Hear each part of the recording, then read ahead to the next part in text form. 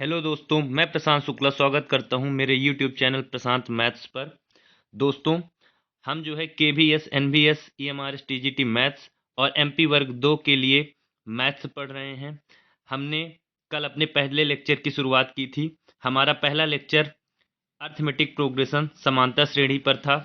दोस्तों, कल के लेक्चर में हमने जाना था कि अनुक्रम, श्रेणी एवं श्रेणी में क्या अंतर है, मीन्स सीक्वेंस, सीरीज और प्रोग्रेशन में क्या अंतर है। उसके बाद हमने कुछ खास तरह के प्रोग्रेशन जाने थे, जिसमें से पहला था अर्थमेटिक प्रोग्रेशन समांतर श्रेणी।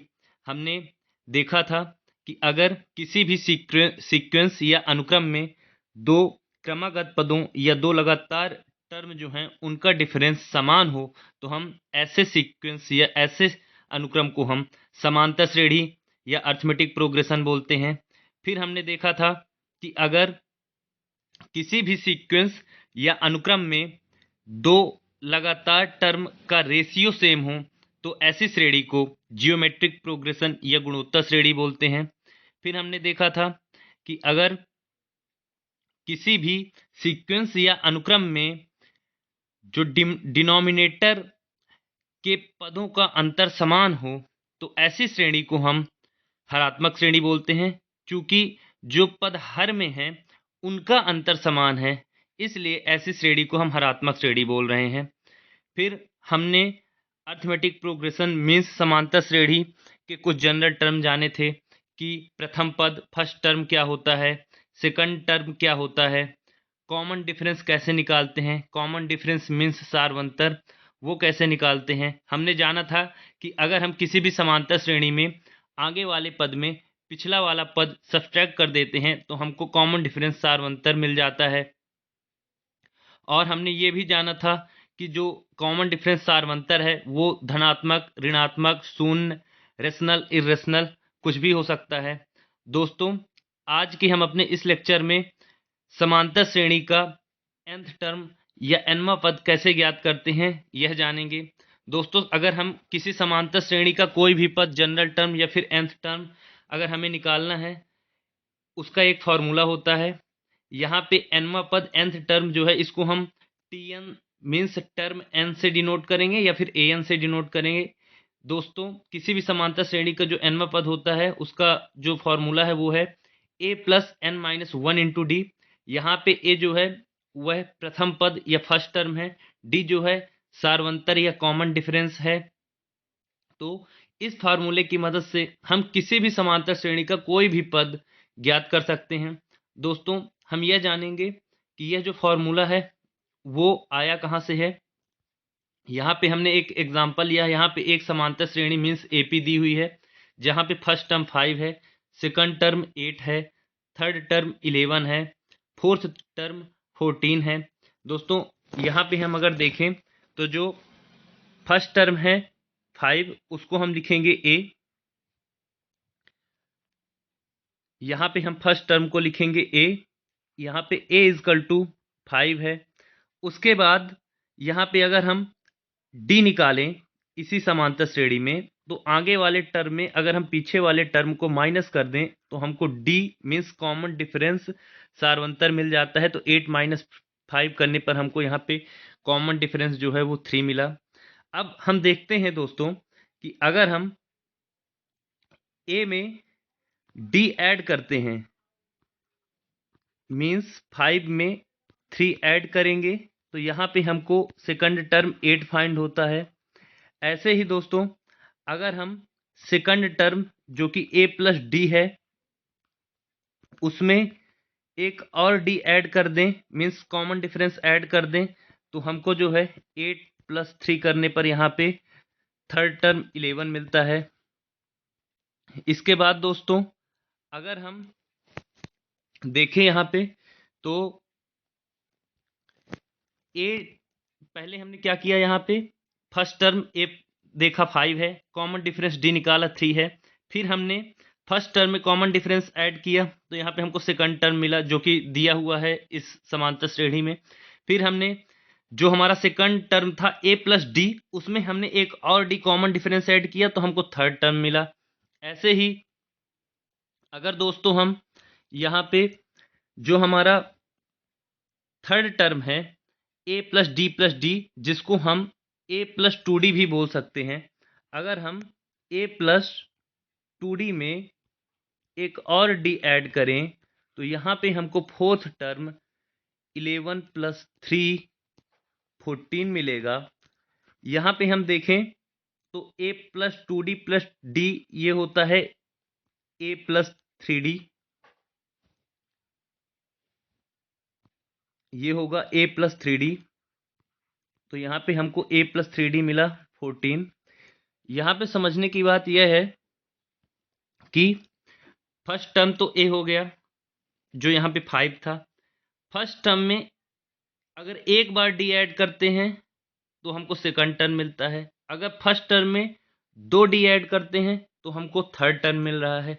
अगर हम फर्स्ट टर्म में 3 बार d ऐड करते हैं तो हमको फोर्थ टर्म मिल रहा है। मीन्स हमको जो भी टर्म चाहिए उसका एक माइनस करेंगे और इंटू d करके a में ऐड कर देंगे। इसीलिए ऐसे ही यहाँ पे ये फॉर्मूला आया है। यहाँ पे हमको nth टर्म चाहिए था तो हमने फर्स्ट टर्म में क्या ऐड कर दिया, यहाँ पे n से एक माइनस किया और इंटू डी कर दिया, कॉमन डिफरेंस। जैसे यहाँ पे हमने इस एपी में देखा कि हमको अगर सेकंड टर्म चाहिए तो हमने फर्स्ट टर्म में क्या ऐड किया, सेकंड मीन्स 2 से एक सब्ट्रैक्ट करके इंटू डी कर दिया। तो 2 में एक सब्ट्रैक्ट करने पर 1 आता है, 1 इंटू डी ही होता है। ऐसे ही अगर हमको थर्ड टर्म चाहिए तो हमने क्या किया, थर्ड टर्म अगर हमको चाहिए तो हमने यहाँ पे क्या किया है, a means first term plus हमने क्या कर दिया, फर्स्ट टर्म में हमने 2d ऐड किया है। हमको थर्ड टर्म कैसे मिला, यहाँ पे हम देख रहे हैं कि हम ये वाला देखिए, यहाँ पे हमको थर्ड टर्म कैसे मिला था, a plus D means a plus 2d करने से हमको थर्ड टर्म मिला था। तो थर्ड टर्म निकालने के लिए क्या किया हमने, फर्स्ट टर्म में क्या ऐड किया, जो थर्ड टर्म निकालना है तो 3 माइनस 1 इंटू डी किया। फर्स्ट टर्म में क्या ऐड किया, 3 माइनस 1 इंटू डी। वैसे यहाँ पे ये फॉर्मूला आया है, हमको एपी का जो भी टर्म फाइंड करना होगा तो हम क्या करेंगे, फर्स्ट टर्म में क्या ऐड कर देंगे, फर्स्ट टर्म में हम जिस नंबर का टर्म फाइंड करना होगा वो वहाँ पे 1 माइनस करेंगे और इंटू डी कर देंगे। तो ये जो है तो ये जनरल टर्म फाइंड करने का फॉर्मूला हो गया। आपको समझ में आया होगा कि यहाँ पे हम कैसे जो है तो कोई भी टर्म एपी का ला रहे हैं, मतलब कोई भी टर्म कैसे पता कर रहे हैं। ना समझ में आया तो एक बार मैं और बता दूं, यहाँ पे देखिएगा, यहाँ पे हमको ए पता था, अगर हम ए प्लस डी करते हैं तो हमको यहाँ पे सेकंड टर्म मिलता है। ए प्लस 2d यानी 2 बार डी ऐड कर देते हैं तो हमको थर्ड टर्म मिलता है। ए प्लस 3d मीन्स अगर हम ए में 3 बार और डी ऐड कर देते हैं तो हमको फोर्थ टर्म मिल जाता है। मीन्स यहाँ पे क्या हुआ कि हमको जो भी टर्म पता करना होगा उसके लिए हम फर्स्ट टर्म में क्या ऐड करेंगे, जिस नंबर का टर्म होगा उसमें -1 करेंगे और इंटू डी कर देंगे। इसीलिए यहाँ से ही जो है तो फॉर्मूला आया है a plus n minus 1 into D. यहाँ पे ये फर्स्ट टर्म फाइंड हुआ, यहाँ पे सेकंड टर्म फाइंड हुआ, यहाँ पे ये देखिए थर्ड टर्म था, ये फोर्थ टर्म था और यहाँ पे ये nth टर्म फाइंड हुआ। देखिए फर्स्ट टर्म तो a था, सेकंड टर्म के लिए हमने फर्स्ट टर्म में सिर्फ एक बार डी ऐड किया, लेकिन अगर थर्ड टर्म पता करना हुआ तो फर्स्ट टर्म में हमने 2 बार डी ऐड किया। मीन्स 3 में से 1 माइनस करके डी से मल्टीप्लाई कर दिया। अगर हमको फोर्थ टर्म फाइंड करना था तो हमने a प्लस 3d किया। मीन्स फर्स्ट टर्म में हमने क्या ऐड किया, हमको फोर्थ टर्म पता करना था तो हमने फर्स्ट टर्म में क्या ऐड किया, 4 में से 1 माइनस करके d से मल्टीप्लाई कर दिया। ऐसे ही nth टर्म का फॉर्मूला आया है, हमको nth टर्म यहाँ फाइंड करना है तो हमने फर्स्ट टर्म में क्या ऐड किया, n में से 1 माइनस करके d से मल्टीप्लाई कर दिया। तो मुझे लग रहा है कि आप लोगों को ये समझ में आया होगा। इसके बाद जो है तो हम कुछ क्वेश्चन देखते हैं कि कैसे इस फॉर्मूले की मदद से हम किसी भी एपी या किसी भी समांतर श्रेणी या अरिथमेटिक प्रोग्रेशन का कोई भी पद या कोई भी टर्म कैसे पता कर सकते हैं। यहाँ पे एक एपी दी हुई है, इस एपी में बोला गया है, एक एपी है जिसमें फर्स्ट टर्म 2 है, उसके बाद 7 है, फिर 12 है। तो हमको इस एपी का टेंथ टेंथ टर्म या 10वां पद ज्ञात करना है। तो हम देखिए कैसे ज्ञात करेंगे इसका 10वां पद। 10वें पद को हम बोलेंगे T10 यानी टर्म 10। ये कैसे ज्ञात करेंगे, देखिए एपी का फॉर्मूला होता है a plus n minus 1 into D, लेकिन यहाँ पे n की वैल्यू 10 है क्योंकि यहाँ पे हम 10वां पद ज्ञात कर रहे हैं। तो यहाँ पे हो जाएगा 10 माइनस 1 इंटू डी। डी यहाँ पे क्या होगा, डी देखिए यहाँ पे मैं पहले भी बताया था, डी मीन्स कॉमन डिफरेंस होता है। इसको कैसे निकालते हैं, आगे वाले टर्म में पीछे वाला टर्म माइनस कर दें तो हमको डी मिल जाता है। तो यहाँ पे अगर हम 7 में से 2 घटा दें तो 5 मिल जाएगा, या फिर 12 में से 7 घटा दें तो 5 मिल जाएगा। मतलब यहाँ पे हमको डी 5 मिल रहा है। तो यहाँ पे इंटू डी की जगह हो जाएगा 5। ए की वैल्यू कितनी है, ए मीन्स फर्स्ट टर्म है 2 प्लस 10 माइनस 1 होता है 9 इंटू 5। तो यहाँ पे हम देखेंगे 2 प्लस 9 इंटू 5, 9 इंटू 5 होता है 45, 45 में 2 ऐड करेंगे तो 47। तो इस एपी का जो है टेंथ टर्म क्या होगा, 47 होगा। फिर से एक बार समझते हैं इस क्वेश्चन को। यहाँ पे हम वही जनरल टर्म फाइंड करने का जो फॉर्मूला था वो यूज किए यहाँ पे टेंथ टर्म निकालने के लिए। यहाँ पे एक एपी दी हुई थी, एपी में जो है तो फर्स्ट टर्म ए है 2, हमने कॉमन डिफरेंस निकाला डी है 5, वही हमने जस्ट फॉर्मूले में रख दिया जो हम nth टर्म वाला फार्मूला था a plus n minus 1 into d. तो यहाँ पे हमने देखा 2 plus 10 minus 1 into 5, 2 plus 9 into 5 हुआ 47 आया। यहाँ पे जो इसका टेंथ टर्म है वो 47 आया है। इसके बाद एक और क्वेश्चन देखते हैं। इस क्वेश्चन में बोला गया है एक एपी है, इसमें से कौन सा पद जो है वो -81 होगा। इस बार nth टर्म नहीं पूछा है, इस बार ये पूछा है, इस बार nth टर्म की वैल्यू नहीं पूछा है, इस बार n ही पूछ लिया है कि इनमें से कौन सा पद जो है, मतलब इस समांतर श्रेणी में कौन सा पद जो है वो -81 होगा। मतलब अभी पिछले क्वेश्चन में हमने nth टर्म निकाला था, मीन्स 10th टर्म या फिर उसको nth टर्म 10वां पद बोले थे। यहाँ पे जो है nth टर्म नहीं निकालना, n की ही वैल्यू फाइंड करनी है। nth टर्म की यहाँ पे वैल्यू दी हुई है। तो अगर हम देखें इस क्वेश्चन में a की वैल्यू है 21, d निकालेंगे। d कैसे निकालते हैं, d कॉमन डिफरेंस सार अंतर, आगे वाले टर्म में पिछला वाला टर्म माइनस कर देंगे, मीन्स 18 में जो है तो हम 21 माइनस कर देंगे तो यहाँ पे -3 है d की वैल्यू। इसके बाद जो है तो यहाँ पे बोला गया है कि कौन सा पद -81 है। मीन्स यहाँ पे पहले तो हम फॉर्मूला लिख लेते हैं। nth टर्म का फॉर्मूला होता है a plus n minus 1 into d. तो यहाँ पे जो है तो वैल्यू दी हुई है, nth टर्म की वैल्यू दी हुई है -81 है, ए हमने देखा 21 है, कॉमन डिफरेंस -3 है। यहाँ पे हमको n की वैल्यू फाइंड करनी है कि कौन सा पद, इस बार nth टर्म की वैल्यू नहीं फाइंड करनी, इस बार n की ही वैल्यू फाइंड करनी है कि कौन सा पद जो है वो -81 है। तो हम भी यहाँ पे नेक्स्ट पेज में देखेंगे, यहाँ पे दिया हुआ था कि जो nth टर्म है वो -81 है, nth टर्म -81 था और a की वैल्यू यहाँ पे हमने निकाली थी, a है 21 और d है -3।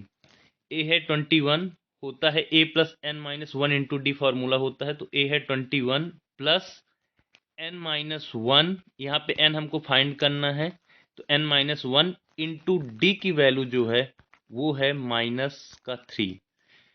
तो यहाँ पे हम अगर देखें तो -81, अगर हम यहाँ साइड -81 में ये जो 21 वहाँ प्लस हो रहा है इधर लाएंगे तो वो -21 हो जाएगा।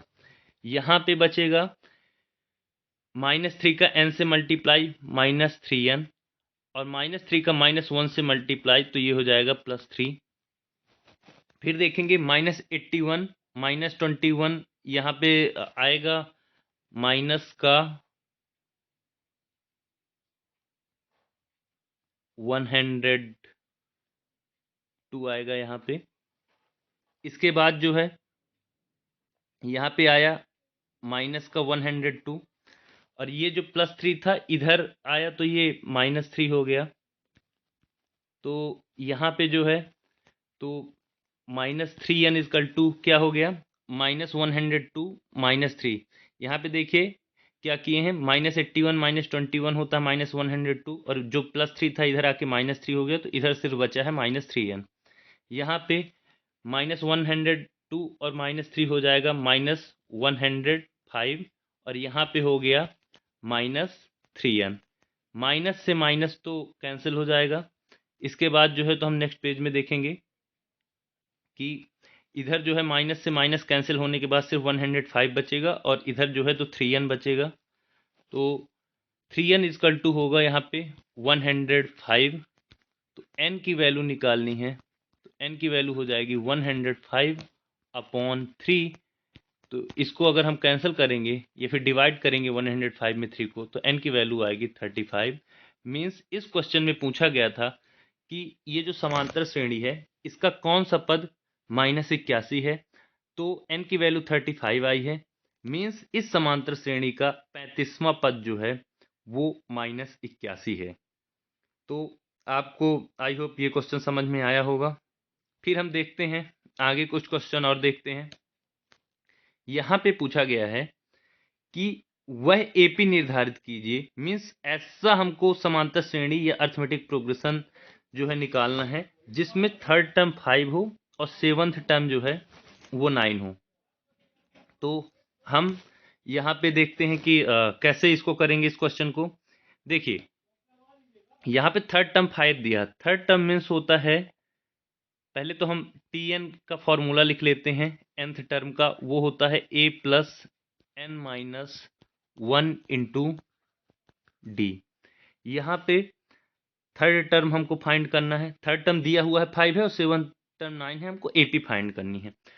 थर्ड टर्म क्या होता है T3, ये हो जाएगा a प्लस n की जगह क्या आ जाएगा, थर्ड आ जाएगा, 3 आ जाएगा, तो 3 माइनस 1 इंटू डी। तो यहाँ पे थर्ड टर्म क्या आ गया, a प्लस 3 माइनस 1 होता है 2, तो a प्लस 2d हो गया हमारा थर्ड टर्म।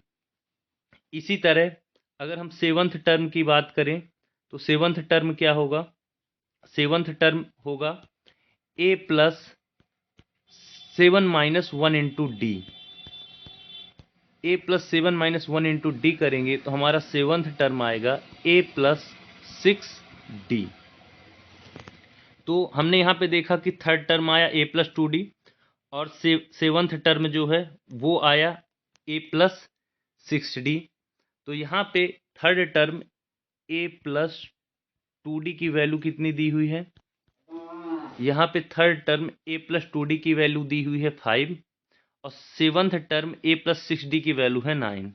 तो a प्लस 2d की वैल्यू है 5 और a प्लस 6d की वैल्यू है, seventh term a plus 6d की वैल्यू है 9। एक बार फिर से चेक कर लेते हैं। यहाँ पे थर्ड टर्म की वैल्यू 5 दी हुई थी, सेवंथ की 9 दी हुई थी।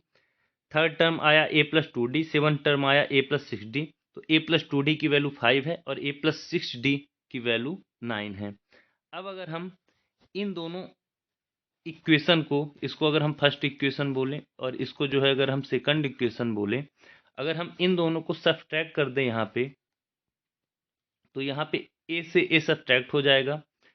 2d में से 6d माइनस होगा तो यहाँ पे आएगा माइनस का 4d। इसके बाद 5 में से 9 माइनस हुआ तो यहाँ पे आया माइनस का 4। माइनस से माइनस कैंसिल हो जाएगा, और 4 से हम 4 भी कैंसिल कर सकते हैं, या वहाँ तरफ जाके अगर हम डिवाइड कर देंगे तो d इजकल टू 4/4 मीन्स यहाँ पे d की वैल्यू 1 आ गई। तो हमको यहाँ पे AP फाइंड करना था, तो हमने यहाँ पे पहले तो डी निकाल लिया है कि इस एपी में कॉमन डिफरेंस क्या है, 1 है। देखिए एपी फाइंड करने के लिए सिर्फ दो चीजें अगर हमको मिल जाएंगी तो हम कोई भी समांतर श्रेणी निकाल सकते हैं। हमको चाहिए फर्स्ट टर्म मीन्स ए और कॉमन डिफरेंस मीन्स डी। यहाँ पे हमने दो इक्वेशन बनाई जो हमको यहाँ पे डेटा दिया गया था। दो इक्वेशन से हमको यहाँ पे डी की वैल्यू 1 मिल गई। अब हमको ए की वैल्यू निकालनी है। ए की वैल्यू निकालने के लिए हम इस डी की वैल्यू को हम किसी भी इक्वेशन में यहाँ पे रख देंगे। तो यहाँ पे फर्स्ट इक्वेशन थी a plus two d is equal to 5। First equation थी a plus two d is equal to 5। यहाँ पे अगर हम d की वैल्यू 1 रख देते हैं तो a plus two into 1 is equal to हो गया 5। तो a इजकल टू हो जाएगा, ये 5 यहाँ पे था इस साइड, और ये 2 इंटू 1 जो ये 2 है वो यहाँ पे प्लस 2 यहाँ पे आके इस साइड माइनस 2 हो जाएगा। यहाँ पे a प्लस टू इंटू 1 जो था वो तो 2 इंटू 1 2 ही होता, तो a plus two is equal to 5 था, तो ये 2 इधर माइनस हो गया, तो यहाँ पे आ गया a इजकल टू 5 माइनस 2 हुआ, और यहाँ पे a की वैल्यू आ गई 3। तो यहाँ पे हमने क्या क्या फाइंड कर लिया, d फाइंड किया 1 और a की वैल्यू फाइंड की 3। तो अब जो है तो हम आसानी से AP निकाल सकते हैं। देखिए कैसे AP निकालेंगे। देखिए AP जो है तो क्या होता है, फर्स्ट टर्म, एक मिनट,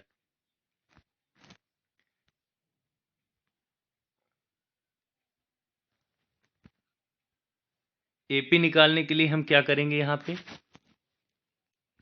फर्स्ट टर्म, उसके बाद फर्स्ट टर्म में अगर हम कॉमन डिफरेंस ऐड कर दें तो यहाँ पे सेकंड टर्म, फिर जो है तो अगर हम सेकंड टर्म में एक बार और कॉमन डिफरेंस ऐड कर दें, मीन्स डी को ही दो बार ऐड कर दें, ए प्लस टू डी कर दें, तो यहाँ पे आ जाता है थर्ड टर्म।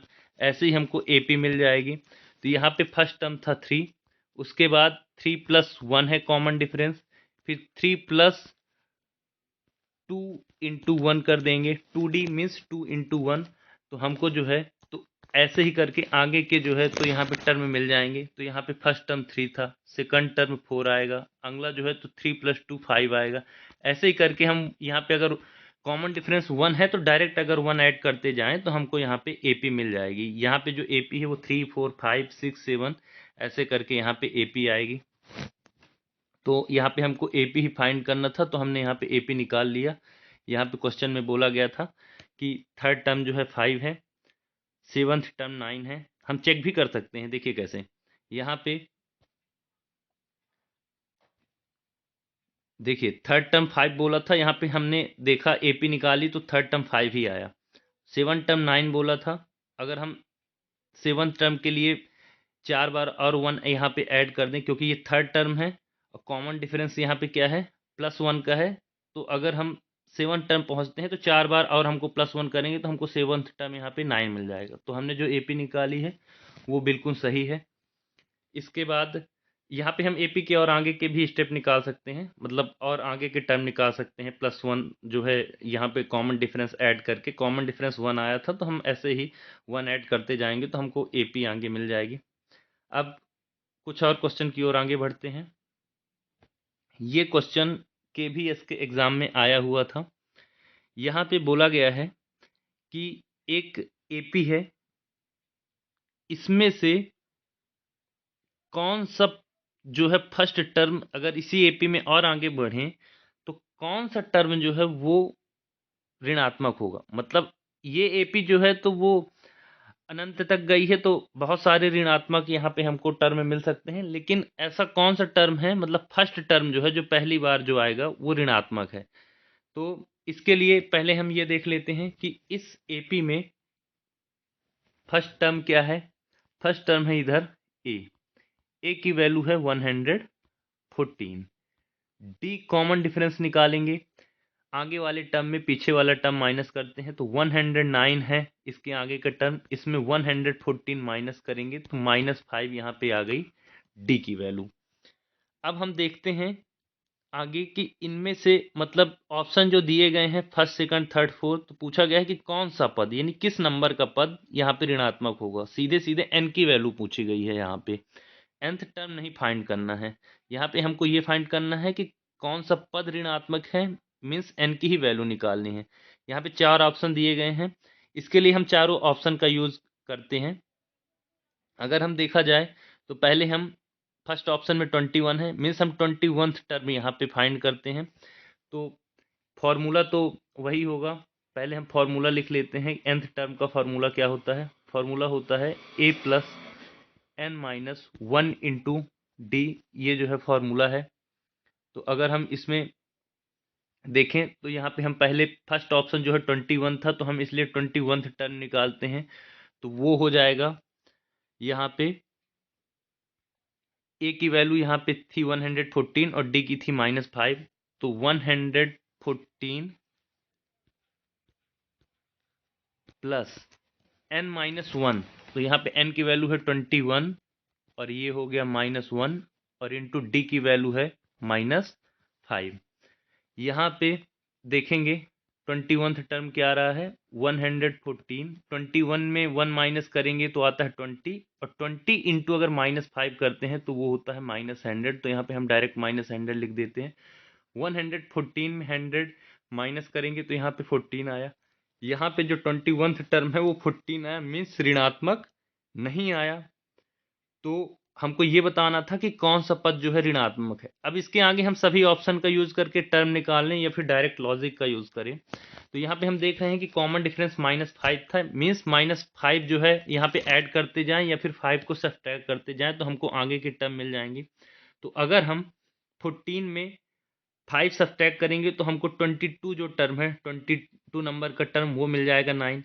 अगर एक बार और 5 हम यहाँ पे सब्ट्रैक्ट करते हैं, 5 सब्ट्रैक्ट करना बोल सकते हैं या फिर -5 को ऐड करना बोल सकते हैं। नॉर्मली हम अगर किसी भी एपी में टर्म आगे के फाइंड करते हैं तो कॉमन डिफरेंस को ऐड करते चलते हैं, इसलिए हम यहाँ पे ये बोलेंगे कि -5 हम ऐड कर रहे हैं। तो हमने देखा कि 21 नंबर का जो टर्म था उसमें हमने -5 ऐड अगर कर दें तो हमको 22 नंबर का टर्म मिल जाएगा, जो कि 14 में -5 ऐड करेंगे तो प्लस का 9 आएगा, वो भी ऋणात्मक नहीं है।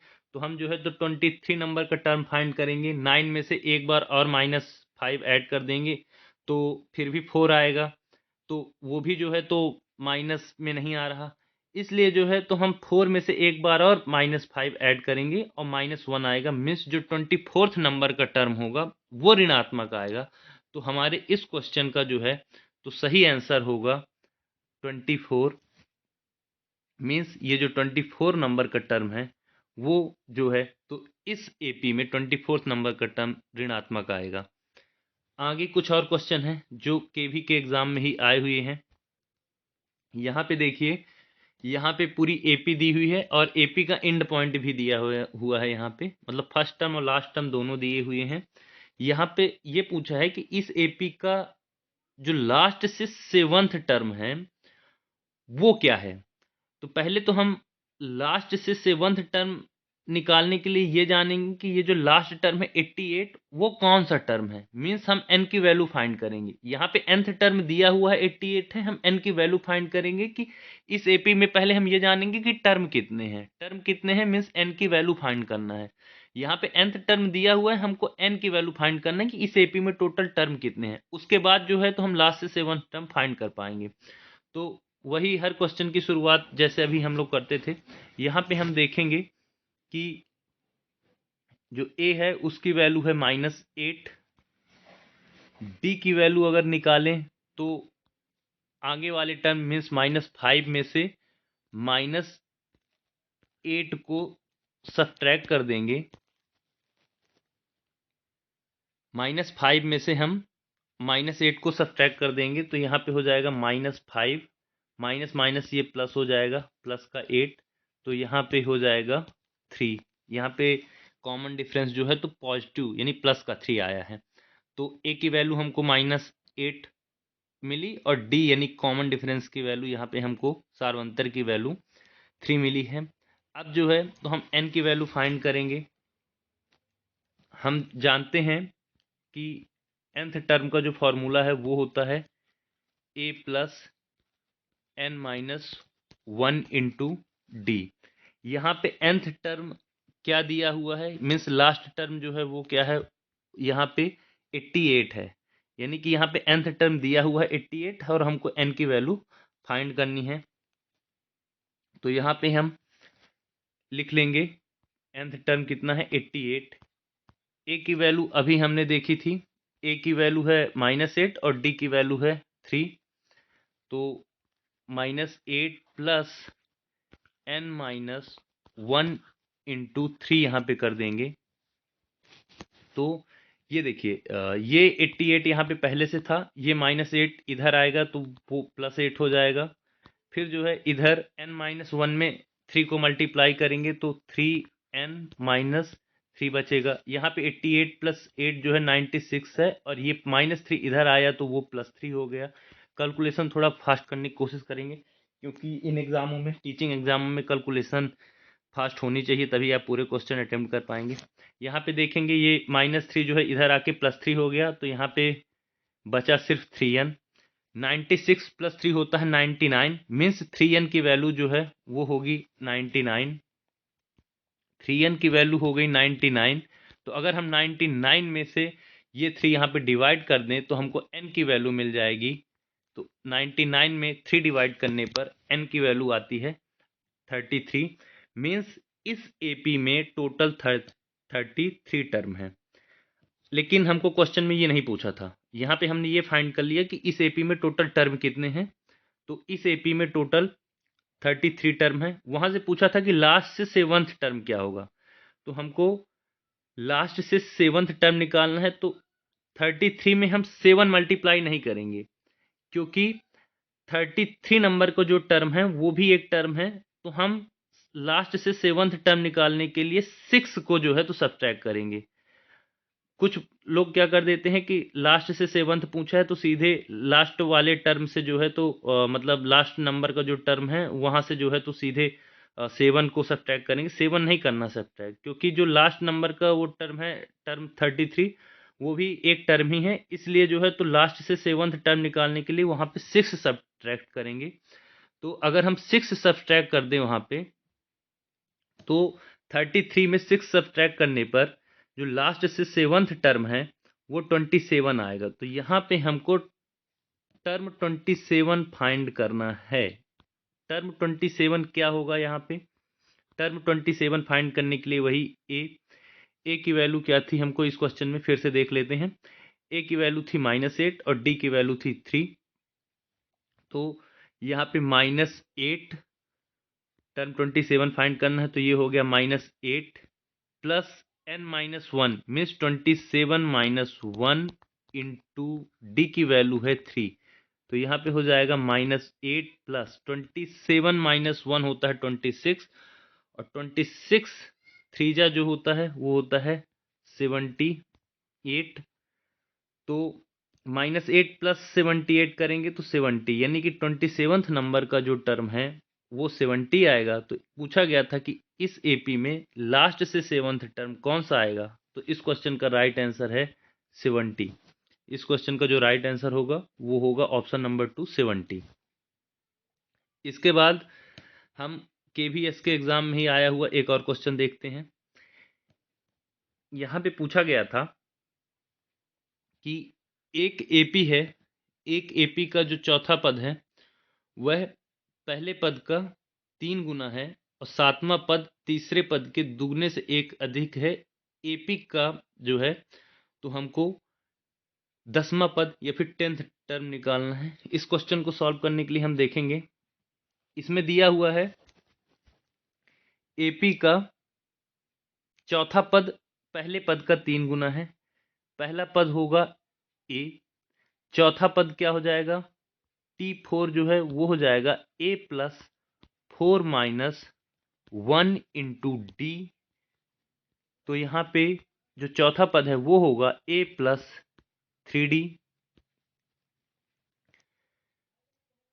चौथा पद जो है वो आया a प्लस 3d। तो यहाँ पे बोला गया है कि चौथा पद पहले पद का 3 गुना है, मीन्स a प्लस 3d जो है वो a का 3 टाइम्स है। तो अगर हम a इंटू 3 कर देते हैं तो हमको ये चौथा पद a प्लस 3d मिल जाएगा। क्योंकि चौथा पद जो है वो पहले पद का 3 गुना है, इसलिए हमने पहले पद में 3 मल्टीप्लाई किया तो उसकी वैल्यू चौथे पद के इक्वल आ जाएगी। तो यहाँ पे a इंटू 3 करने पर आया 3a।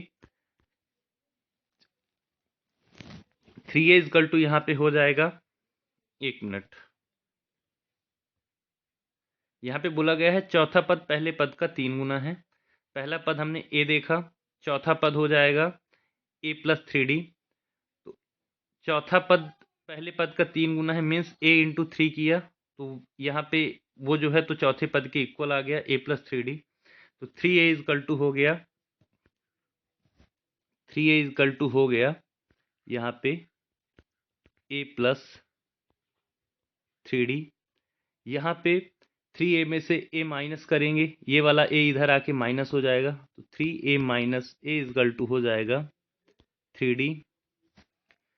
2a की वैल्यू आ गई 3d, तो a की वैल्यू हो जाएगी 3/2d। a की वैल्यू यहाँ पे आ गई 3/2d। फिर हम देखेंगे इस क्वेश्चन में एक और चीज बोली गई है, वो क्या है वो देखते हैं।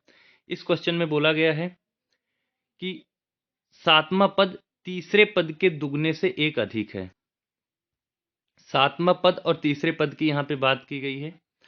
तो यहाँ पे जो सातवां पद है वो हो जाएगा t7। t7 आएगा a plus 7 minus 1 into d. तो यहाँ पे आ गया सातवां पद a प्लस 6d। तीसरा पद t3 जो है वो आ जाएगा a plus 3 minus 1 into D, means यहाँ पे जो तीसरा पद है वो आ गया a प्लस 2d। यहाँ पे बोला गया है कि जो सातवां पद है वह तीसरे पद के दुगने से एक अधिक है, यानी कि हम ये जो थर्ड टर्म है a प्लस 2d, इसमें 2 मल्टीप्लाई करें और फिर 1 ऐड करें तो हमको सातवां पद a प्लस 6d मिलेगा। तो हम देखेंगे a plus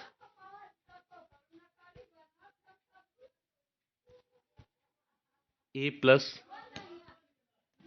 1 minute, a plus 2d, ये जो है ये तीसरा पद है, इसमें इंटू 2 का मल्टीप्लाई करें और फिर प्लस जो है तो 1 करेंगे।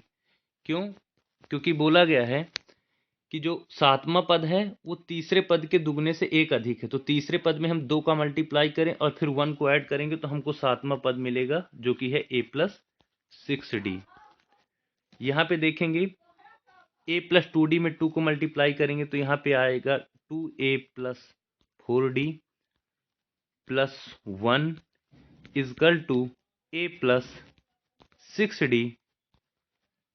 यहाँ पे ये जो a है इधर आके हम कर देंगे सब्ट्रैक्ट, तो ये हो जाएगा 2a माइनस a और इजकल टू यहाँ पे 6d पहले से था इस साइड, यहाँ पे 4d और 1 दोनों आके यहाँ पे सब्ट्रैक्ट हो जाएंगे। तो यहाँ पे बचेगा 2a में से a गया तो a और 6d में से 4d गया तो 2d, तो यहाँ 2d माइनस 1 बचेगा। a की वैल्यू आ जाएगी 2d माइनस 1। यहाँ पे a की वैल्यू आ गई 2d माइनस 1। यहाँ पे हमने एक और चीज फाइंड की थी, a और d में रिलेशन a इजकल टू था 3/2d, तो ये a की वैल्यू हम वहां पे रख देंगे। तो यहाँ पे a की वैल्यू रख दिए 3/2d, तो ये हो गया 2d माइनस 1। अब जो है तो 2d में 3/2d को उधर माइनस करते हैं और जो यहाँ पे -1 था पहले वो इधर लाके +1 कर देते हैं, और ये जो 2d था इसमें ये वाला 3/2d वहाँ जाके माइनस हो जाएगा। तो 3/2d अगर यहाँ पे हम माइनस करें तो 2 2 जा 4d माइनस 3d होता है d। तो यहाँ पे 1 इजकल टू आगे जो है तो d/2 बचेगा, 1 इजकल टू d/2 बचेगा। यहाँ पे मैंने डायरेक्ट कैलकुलेशन की है, एक बार और मैं आपको समझा देता हूँ। यहाँ पे 2d में 3/2d जब सब्ट्रैक्ट करेंगे तो 2 2 जा होता है 4, तो 4d माइनस 3d d बचता है, तो d/2 इजकल टू 1 बच रहा है, d/2 इजकल टू 1 बच रहा है। अब जो है तो d की वैल्यू फाइंड करना है, तो यहाँ पे 2 इंटू 1 हो जाएगा d की वैल्यू, तो 2 1 जा 2। यहाँ पे डी की वैल्यू क्या आ गई, 2 आ गई। अब डी की इस वैल्यू को यहाँ पे हमने जो ए से इसका रिलेशन था, a is equal to 3/2d, a is equal to 3/2d था, यहाँ पे डी की वैल्यू रख देंगे तो हमको ए मिल जाएगा। तो ए इजकल टू था 3/2d, ए इजकल टू था 3/2d। तो यहाँ पे हमको 3/2 इंटू डी की वैल्यू जो 2 आई है वो रख दें, तो 2 से 2 यहाँ पे कैंसिल हो गया। तो यहाँ पे हमको ए की वैल्यू 3 आ गई और डी की वैल्यू 2 आ गई। तो हमने इस क्वेश्चन को सॉल्व किया, तो यहाँ पे हमको ए यानी फर्स्ट टर्म की वैल्यू 3 मिली और डी मीन्स कॉमन डिफरेंस की वैल्यू 2 मिली। अब पूछा क्या गया है क्वेश्चन में, ये भी देख लेते हैं। क्वेश्चन में बोला गया है एपी का 10th टर्म क्या है। अब हमको ए और डी मिल गया है, तो 10th टर्म जो है वो निकालना इजी हो गया है। यहाँ पे हमको ए 3 मिला है, डी 2 मिला है, तो हम 10th टर्म निकालेंगे। T10 की वैल्यू हो जाएगी 3, a plus n minus 1 into d होता, तो ए की वैल्यू 3 है, एन माइनस 1 मीन्स 10 - 1 और डी की वैल्यू यहाँ पे 2 थी, तो यहाँ पे हो जाएगा 3 इंटू 10 - 1 9, 9 2 जा 18, सॉरी 3 प्लस, एक मिनट में इसको इरेज कर लेता हूँ। तो यहाँ पे हो जाएगा 3 प्लस 9 इंटू 2 मीन्स 18, तो यहाँ पे 10th टर्म जो है वो 21 आया। तो जो इस क्वेश्चन का राइट आंसर होगा वो 21 होगा। काफ़ी बड़ा क्वेश्चन था, लेकिन अगर आप फास्ट कैलकुलेशन करते हैं तो जल्दी इस क्वेश्चन को सॉल्व कर सकते हैं। तो यहाँ पे इस क्वेश्चन का राइट आंसर होगा ऑप्शन नंबर 3, 21। मैं एक बार फिर से समझा देता हूँ कि मैंने इस क्वेश्चन को कैसे सॉल्व किया है। यहाँ पे दो रिलेशन दिए गए थे, एक एपी के जो है 4th टर्म का फर्स्ट टर्म से क्या रिलेशन है और यहाँ पे 7th टर्म का 3rd टर्म से क्या रिलेशन है। यहाँ पे बोला गया था कि जो चौथा पद है वह पहले पद का 3 गुना है, पहला पद ए होगा और चौथा पद आया था a + 3d। तो पहले पद का 3 गुना मीन्स अगर हम a इंटू 3 करेंगे तो हमको चौथा पद a + 3d मिलेगा। यहाँ से हमने a की वैल्यू कैलकुलेट कर ली जो कि 3/2d आई। फिर एक और रिलेशन दिया हुआ था 7वें पद का तीसरे पद से, तो जो 7वां पद था वो तीसरे पद के 2 गुणों से एक अधिक था, तो 7वां पद a + 6d a + 2d के 2 गुने से एक अधिक था, तो a + 2d इंटू 2 करेंगे 2 गुना और प्लस एक और करेंगे तो हमको 7वां पद a + 6d मिल जाएगा। इस इक्वेशन को सॉल्व करने पर हमको a की वैल्यू मिल गई 2d - 1। जो यहाँ पे a की वैल्यू थी 2d - 1, तो हमने एक और a की वैल्यू निकाली थी वहाँ पे 3/2d, तो वहाँ पे a की जगह यहाँ पे 3/2d रख देंगे तो हमको d जो है, तो यहाँ से हमको d फाइंड हो जाएगा। यहाँ पे d की वैल्यू 2 आती है और जो एक रिलेशन मिला था a इजकल टू 3/2d, वहाँ पे d की वैल्यू फिर से रख देंगे तो हमको a की वैल्यू मिल गई। मतलब यहाँ पे हमको सारवंतर और प्रथम पद मिल गया और क्वेश्चन में 10वां पद पूछा था, तो हमने वही nth टर्म वाले फॉर्मूले से यहाँ पे फाइंड कर लिया, 10वां पद 21 आया। फिर जो है तो एक और क्वेश्चन की तरफ आगे बढ़ते हैं। ये क्वेश्चन जो है तो नवोदय के एग्जाम में पूछा गया था, तो ये सारे क्वेश्चन हम जो है तो 2-3 क्वेश्चन और बचे हैं। ये वाला क्वेश्चन और ये वाला नवोदय के एग्जाम में था और ये जो है ईएमआरएस के एग्जाम में था, एपी का ही क्वेश्चन था। ये जो है तो हम कल के वीडियो लेक्चर में कंप्लीट करेंगे, क्योंकि आज का लेक्चर वैसे भी मतलब काफ़ी बड़ा हो गया है। तो होपफुली आप सबको समझ में आया होगा। अगर आपको कहीं पे भी कुछ डाउट है या फिर मैं क्या सुधार कर सकता हूं, तो आप कमेंट जरूर कर सकते हैं। हमारे चैनल को सब्सक्राइब कर लीजिए, रेगुलर वीडियो आते रहेंगे। मैं पूरा केवी का, एनवी का, टीजीटी का पूरा कोर्स कराऊंगा। ये जो है तो कॉमन सिलेबस पर अभी चल रहा है, जो ईएमआरएस और एनवीएस का स्पेशल सिलेबस है उस पर भी मैं वीडियो लाऊंगा। होपफुली आपको समझ में आया होगा। Thank you.